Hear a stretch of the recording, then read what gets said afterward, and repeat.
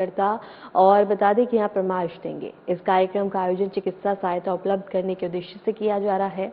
अंबेडकर जयंती पर शहर भर में आयोजन होंगे और शहर के बरखेड़ा स्थित अंबेडकर भवन से लेकर कोलार में खास आयोजन होगा। रैली होगी, माला अर्पण और इसके साथ ही वितरण और विशेष व्याख्यान जैसे आयोजन केंद्र में रहेंगे। इस दौरान डॉक्टर अंबेडकर के विचारों को जन जन तक पहुंचाने पर फोकस भी किया जाएगा।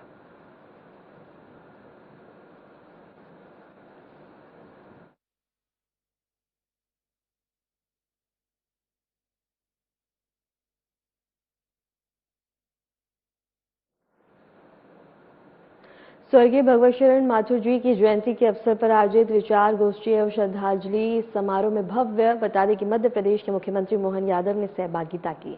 इस अवसर पर कार्यक्रम में स्वर्गीय शरण माथुर के व्यक्तिगत और उनके योगदान को याद किया गया। विचार गोष्ठी में वक्ताओं ने उनके जीवन से जुड़े प्रेरक प्रसंग साझा किए और समाज सेवा के क्षेत्र में उनके कार्यों को सराहा। मुख्यमंत्री ने इस अवसर पर श्रद्धांजलि अर्पित करते हुए कहा कि ऐसे आयोजन नई पीढ़ी को प्रेरणा देने का कार्य करते हैं और समाज में सकारात्मक सोच को मजबूत करते हैं। और इसके साथ ही बता दें कि कार्यक्रम का आयोजन किया गया, जहां विचार गोष्ठी और श्रद्धांजलि समारोह में मध्य प्रदेश के मुख्यमंत्री मोहन यादव ने सहभागिता की। इस अवसर में कार्यक्रम में बता दें कि स्वर्गीय शरण माथुर के व्यक्तिगत और उनके योगदान को याद किया गया। विचार गोष्ठी में वक्ताओं ने उनके जीवन से जुड़े प्रेरक प्रसंग साझा किए। करता हूं मंच पर ही विराजमान यहां के प्रभारी मंत्री श्रीमान दिलीप अहिरवार जी, हमारे एक और मंत्री अनूपपुर के ही माननीय दिलीप जायसवाल जी, अध्यक्ष कोल विकास प्राधिकरण श्रीमान रामलाल रोतेल जी, इस अवसर पर माननीय विधायक जिलाध्यक्ष है ना, पहले क्या है, जिलाध्यक्ष अनूपपुर हीरा सिंह श्याम जी, यहां विधायक माननीय मनीषा सिंह जी, जयसिंह नगर शहडोल,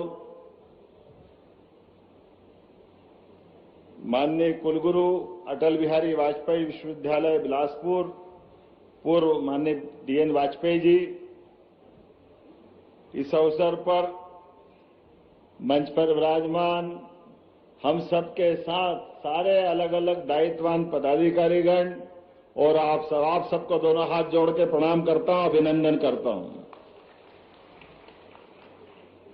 मेरे साथ भोपाल से आए जन अभियान परिषद के उपाध्यक्ष माननीय मोहन नागर जी, पद्मश्री मोहन नागर जी, मैं भूल गया अपने कामों के दायित्व के बलबूते पर नागर जी ने सरकार के माध्यम से पद्म पुरस्कार प्राप्त किया है। नर्मदा समग्र के माननीय कार्तिकेय जी, आपका भी अभिनंदन है। आज सच में यहां इस आयोजन में आने का, यद्यपि इस स्थान पे आने का तो और भी बार मौका मिला, मां नर्मदा के आंगन में मां नर्मदा की कृपा से यह अमरकंटक का क्षेत्र, और न केवल मां नर्मदा, अमरकंटक बाबा महादेव की कृपा से नर्मदा, सोन, जोहिला, ये तीनों त्रिवेणी की धारा है। हम सबके लिए आनंद है अपने बीच में, वाकई परमात्मा की कृपा।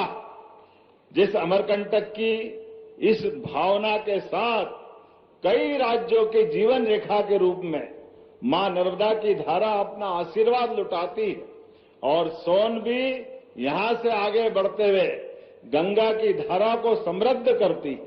हमारे लिए सौभाग्य की बात, आज के इस दौर में सच में हमारे जीवन भर का पुण्य अगर हो तो अमरकंटक आने का मौका मिलता है। मैं अपने आप को धन्य मानता हूं, अपने आप को सौभाग्यशाली मानता हूं। ये सिद्ध क्षेत्र जिसकी कोख से मां नर्मदा, सोन, जोहिला प्रकट होती है। वाकई परमात्मा ने जब सृष्टि रची, पृथ्वी का अपना स्वरूप बना, इस क्षेत्र को विशेष आशीर्वाद मिला, जिसके बलबूते पर हजारों हजारों लाखों साल से, कब से है कोई नहीं जानता, लेकिन जब से सृष्टि है तब से अमरकंटक अमर है, ये पक्की बात है। ये आनंद हम सबके बीच में, वो पुण्य धरा जिसके लिए मैं अपनी ओर से हमारे परम पूज्य भगवत शरण माथुर जी को स्मरण करता हूं। वैसे तो वो मूलतः राजगढ़ के रहने वाले थे, लेकिन राष्ट्रीय स्वयंसेवक संघ के प्रचारक बनने के बाद, भाजपा के संगठन मंत्री बनने के बाद हमारे कई सारे प्रचारकों ने अपने जीवन काल में, जब वो प्रचारक का जो मूल दायित्व वो भी करते करते और अलग से भी समाज सेवा की दृष्टि से कई कामों को हाथ में लिया। ऐसे ही हमारे एक और स्वर्गीय अनिल दवे जी को स्मरण करता हूं, जिनके माध्यम से नर्मदा समग्र के बलबूते पर नर्मदा जी की धारा अविरल प्रवाहित होती रहे। पर्यावरण, प्रदूषण, बदलता जलवायु परिवर्तन, ऐसे सारे विषयों को लेकर के अनिल जी ने राजनीतिक क्षेत्र में रहते हुए भी इस बात पर भी विचार किया। हम उनके साथ नर्मदा समग्र की उस भावना को भी लेकर के आए हैं। मैं आज आपसे जब बात कर रहा हूं तो सच में मैं भगवत शरण माथुर जी के साथ उनके अपने उज्जैन में जब वो जिला प्रचारक थे तब का मैं स्वयंसेवक भी हूं, उनसे बहुत मिलना जुलना, उठना बैठना। और ये बात सही है, माथुर साहब को असंभव से असंभव काम दे दो, माथुर साहब संभव करके दिखाते हैं। ये हमारे अपने माथुर साहब के काम करने का तरीका। मैं कई कांग्रेस के नेताओं को जानता हूं जिनके दरवाजे के बाहर अगर सामने से संघ का स्वयंसेवकों का पथ संचलन निकलता है तो उनकी प्रेरणा से तत्कालीन उज्जैन के महापौर, उप महापौर, कांग्रेस के अध्यक्ष, उनने कहा भाई भले ही तुम्हारा दल कोई भी हो, लेकिन स्वयंसेवक अगर निकल के जा रहे हैं तो आपका फर्ज बनता है कि राष्ट्र भक्तों के ऊपर पुष्पांजलि होना चाहिए। मुझे इस बात की प्रसन्नता है और हमने वो होते हुए भी देखा कांग्रेस के उस प्रचंड बहुमत वाले काल में भी। ये माथुर साहब का अपना काम करने का तरीका था। ये हमारा पूरा विंध्य का, महाकौशल का, इस बेल्ट में कई चुनौतियां थी, लेकिन हमारी अपनी इस राजनीतिक धारा को मजबूत करने के लिए असंभव से असंभव काम को भी करते थे। इस पूरे विंध्य को मुझे इस बात की प्रसन्नता है, अभी 2-3 बार से तो ऐसा हुआ है कि हमारा जो समृद्ध क्षेत्र था मालवा, वो 19 रह जाए लेकिन विंध्य 20 रहता है। ये माथुर साहब की मेहनत का परिणाम है। हमें इस बात का भी आनंद है। और ये हरा भरा क्षेत्र कितना आनंद के साथ, कैसा अच्छा लगता है। जिस बात की कल्पना की गई कि अमरकंटक में सच में मां नर्मदा का ये क्षेत्र वैसे ही रहना चाहिए, ऐसे में हम में से माथुर पर 5 महत्वपूर्ण आयामों के बलबूते पर परिवार को संस्कारित करना, संस्कारित करना, सामाजिक समरसता को बढ़ावा देना, पर्यावरण के प्रति अपनी जिम्मेदारी निभाना, स्वदेशी और आत्मनिर्भरता को अपनाना और नागरिक कर्तव्यों का ईमानदारी से पालन करना, ये 5 परिवर्तनों के बलबूते पर संघ ने अपनी इस वैचारिक प्रतिबद्धता के बलबूते पर आगे बढ़ने का निर्णय किया। और ये होना भी क्यों नहीं चाहिए। सामाजिक समरसता में आज इस बात की अत्यंत आवश्यकता है। वैसे भी कल बाबा साहब डॉक्टर भीमराव अंबेडकर की जयंती है, उसकी पूर्व संध्या पर भी मैं आपको बधाई देना चाहूंगा और उम्मीद करूंगा बाबा साहब के माध्यम से जो उन्होंने जीवन भर अपने मूल सिद्धांतों के साथ, हमारे हिंदू समाज की विविधताओं के साथ जो जातिगत बुराइयां थी उससे बाहर लाते हुए कमजोर से कमजोर आदमी के बीच में भी समता का भाव हो, समानता का भाव हो। लगभग 1000 साल की गुलामी का दौर भारत का रहा है। ऐसे में जब देश को आजादी मिली है तो ये अक्षुण्ण रहना चाहिए। लंबे समय तक भारत के लोग भारत की उस स्वाधीनता को गले लगाकर दुनिया के सामने भारत की सनातन संस्कृति की धारा को, उज्जवल ढल धारा को दुनिया के सामने प्रकट करते हुए मानवता के मूल गुणों को स्थापित करने के लिए आगे बढ़ते रहे। इसलिए हम में से सबके लिए हमारे समाज में छुआछूत का कोई स्थान नहीं, जातिवाद का कोई स्थान नहीं। हर वर्ग को लिए साथ आगे है बढ़ते जाना। विषमता के ऐसे कई विषबेलों को खत्म करते हुए हम समानता की बात करें, आज इस बात की आवश्यकता है। दूसरा, हमारे सबके सामने परिवार के अंदर परिवार की ताकत, बच्चे, बूढ़े, जवान सब मिलकर के परिवार का भाव बनाएं और परिवार के भाव में अंदर की आत्मीयता को बनाएं।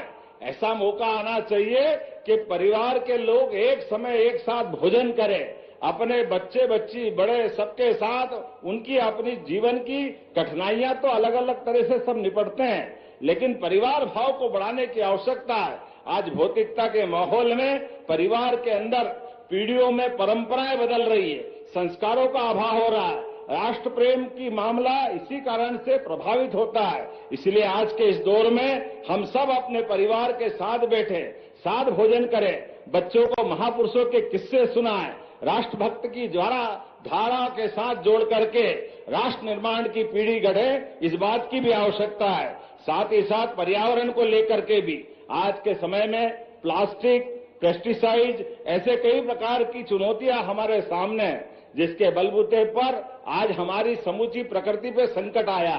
अब देख रहे कि नहीं देख रहे, अप्रैल में ओले गिर रहे, या अप्रैल में ओले कैसे गिर सकते हैं? ओले गिरने का जो समय आता है, लेकिन समूचा परिवर्तन आया माहौल का। ऐसे में हमको वापस जड़ों की तरफ जुड़ना पड़ेगा, पर्यावरण से प्रेम करना पड़ेगा। प्रकृति के साथ जुड़ने की हमारी संस्कृति तो सनातन काल से है। कितना अच्छा लगता है जब हमारे अतिथियों का सम्मान भी होता है तो तुलसी के पौधे के साथ होता है। ये संस्कृति हमारी हमको गौरवान्वित करती है, आनंदित करती है। ऐसे में जब आज हम अपने वापस पर्यावरण प्रेम की तरफ बात करते हैं तो इसकी अत्यंत आवश्यकता है। स्वदेशी के इस माहौल में भी परमात्मा की दया से आज के इस दौर में हमारे बीच वैश्विक माहौल में हम महसूस कर रहे हैं, दुनिया के बड़े से बड़े देशों में भी जो हालात चल रहे हैं वो बताने की जरूरत नहीं। ऐसे में यशस्वी प्रधानमंत्री का जोरदार अभिनंदन करो, श्रीमान नरेंद्र मोदी जी का। भोपाल में आयोजित राज्य मंत्रिपरिषद की बैठक के बाद लोक स्वास्थ्य, चिकित्सा, शिक्षा राज्य मंत्री नरेंद्र शिवाजी पटेल ने कैबिनेट में लिए गए महत्वपूर्ण निर्णयों की जानकारी मीडिया को दी। मंत्री ने बताया कि बैठक में राज्य के स्वास्थ्य, शिक्षा और विकास से जुड़े कई अहम प्रस्तावों पर चर्चा की गई है और आवश्यक निर्णय लिए गए हैं। उन्होंने कहा कि सरकार का उद्देश्य जनहितकारी योजनाओं को तेजी से लागू करना और स्वास्थ्य सेवाओं को और भी मजबूत बनाना है। कैबिनेट बैठक में लिए गए निर्णयों का प्रभाव सीधे जनता तक पहुंचेगा और इससे प्रदेश के विकास कार्य को नई गति मिलेगी। संबोधन प्रारंभ हो गया होगा जब अपने ये काम कर रहे हैं, इसके साथ में माननीय प्रधानमंत्री जी का संबोधन चल रहा है और महिला सशक्तिकरण करने की दिशा में यशस्वी प्रधानमंत्री नरेंद्र मोदी जी के नेतृत्व में ऐतिहासिक निर्णय होने जा रहा है। 16 अप्रैल को जो संसद का विशेष 3 दिवसीय सत्र बुलाया गया है, उसमें नारी सशक्ति बंधन के लिए जो अधिनियम 2023 है, उसमें पहले जो भी कुछ ऐसे विचार थे उनको परिवर्तित करते हुए हम कैसे 2029 में ही ये लागू कर दें ताकि लोकसभा के चुनावों में 33% स्थान महिलाओं को प्राप्त हो जाएं। उस दिशा में निश्चित रूप से संसद कानून बनाने जा रही है। उसके लिए आज मध्य प्रदेश के मंत्रिमंडल ने हमारे यशस्वी लोकप्रिय मुख्यमंत्री डॉक्टर मोहन यादव जी के नेतृत्व में आदरणीय प्रधानमंत्री जी का अभिनंदन किया है और साधार आभार व्यक्त किया है कि महिलाओं को 33% आरक्षण सुनिश्चित करने के लिए, विधायिका में आरक्षण सुनिश्चित करने के लिए यशस्वी प्रधानमंत्री जी ने एक विशेष सत्र बुलाया है। इस नारी शक्ति बंधन के समारोह को आयोजित करने के लिए मध्य प्रदेश की सरकार बड़े स्तर पर पूरे प्रदेश में विभिन्न कार्यक्रम आयोजित करने जा रही है। हमने 10 अप्रैल से 25 अप्रैल तक नारी शक्ति बंधन पखवाड़ा मनाने का सुनिश्चित किया है। पूरे प्रदेश में बड़े स्तर पर नारी शक्ति बंधन सम्मेलन होंगे, नारी शक्ति पदयात्राओं के कार्यक्रम होंगे। सभी महाविद्यालयों में नारी शक्ति बंधन से संबंधित अनेक बृहद स्तर पर कार्यक्रम आयोजित किए जाएंगे।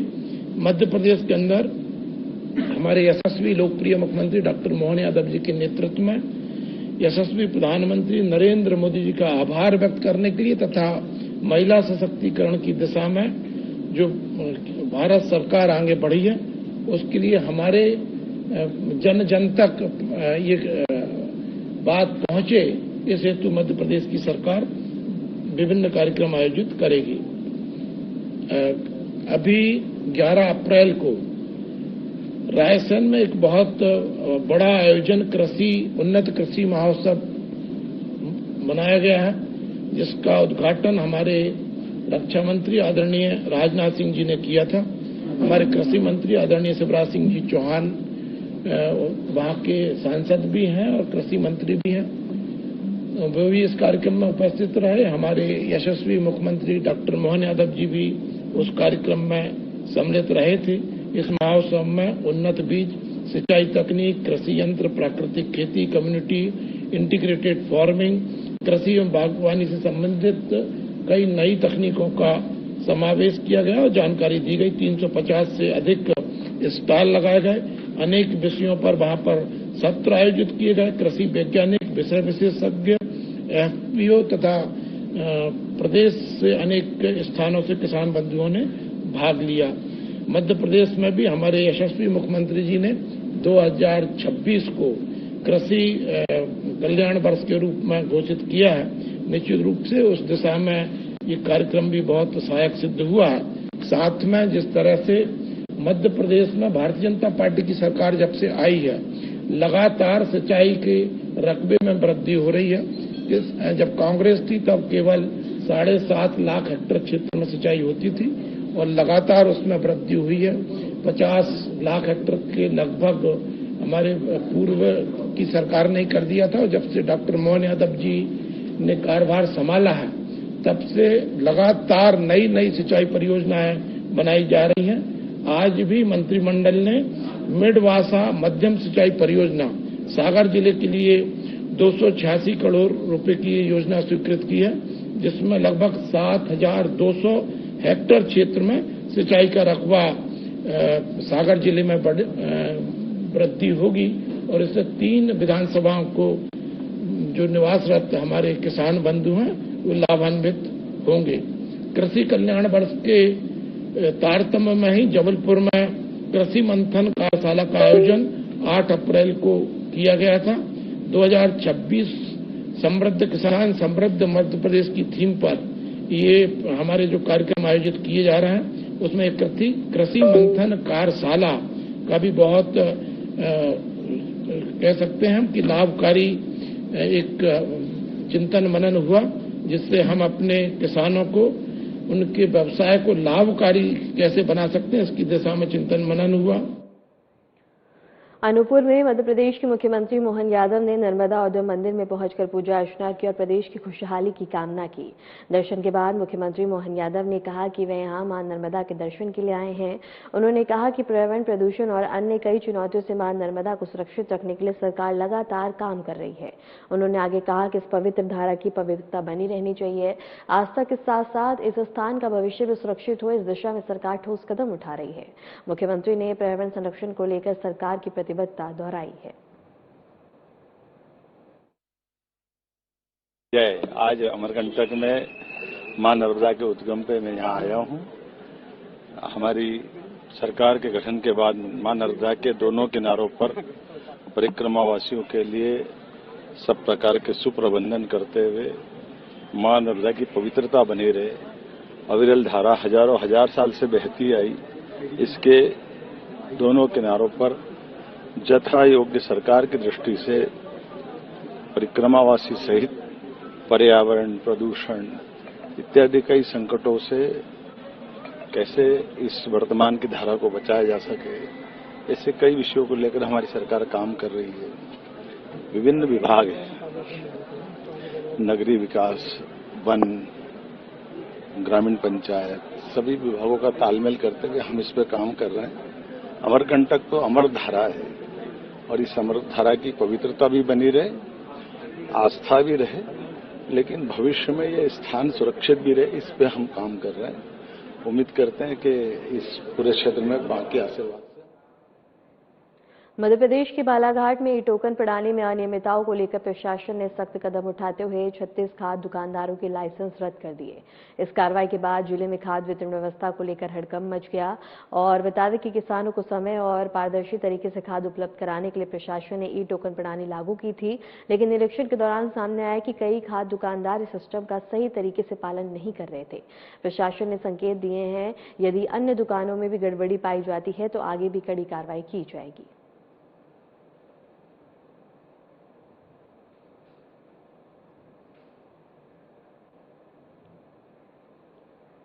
जबलपुर में केंद्र सरकार ने अमेरिका के साथ जो ट्रेड डील की उसके विरोध में कांग्रेस लगातार देश के अलग अलग हिस्सों में आंदोलन कर रही है। इसी सिलसिले में बता दें कि जबलपुर में भी युवक कांग्रेस ने बड़ा आंदोलन किया। आंदोलन में शामिल होने के लिए युवक कांग्रेस के राष्ट्रीय अध्यक्ष उदय भानु जबलपुर पहुंचे। प्रदर्शन के दौरान यूथ कांग्रेस नेताओं और पुलिस के बीच काफी देर तक बहस भी होती रही। युवक कांग्रेस के राष्ट्रीय अध्यक्ष का कहना है कि ट्रेड डील के बाद भारतीय किसान और छोटे व्यापारी बहुत ज्यादा नुकसान में आ जाएंगे, इसलिए जब तक ये ट्रेड डील खत्म नहीं होती वे लगातार आंदोलन करते रहेंगे।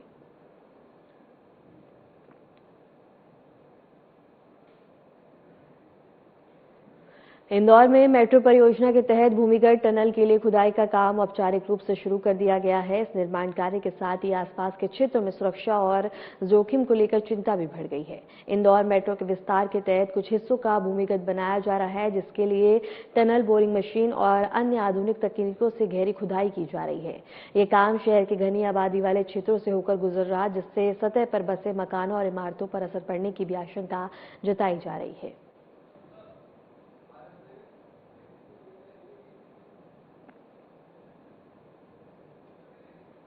खंडवा की कृषि उपज मंडी में उस वक्त तनाव और अफरा तफरी की स्थिति निर्मित हो गई जब किसानों ने गेहूं के उचित दाम न मिलने पर जमकर विरोध प्रदर्शन करना शुरू कर दिया। आक्रोशित किसानों ने न केवल मंडी में गेहूं की नीलामी रोक दी, बल्कि मौके पर पहुंचे मंडी अधिकारियों का घेराव कर उन्हें खरी खोटी भी सुनाई। किसानों का आरोप है कि मंडी में उनका गेहूं 2100 से 2200 रुपए प्रति क्विंटल के निचले स्तर पर खरीदा जा रहा है, जो कि उनके लागत मूल्य के लिहाज से भी काफी कम है। किसानों ने मांग की है कि गेहूं की खरीद कम से कम समर्थन मूल्य पर सुनिश्चित की जाए।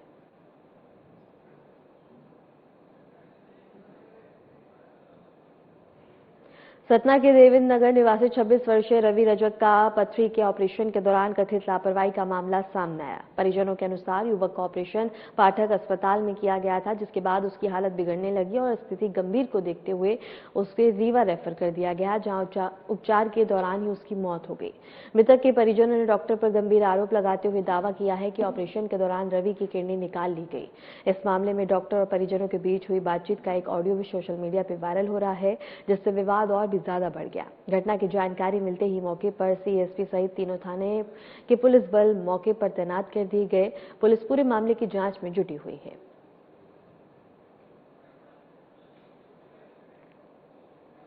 फिलहाल के लिए मध्य प्रदेश की खबरों में इतना ही।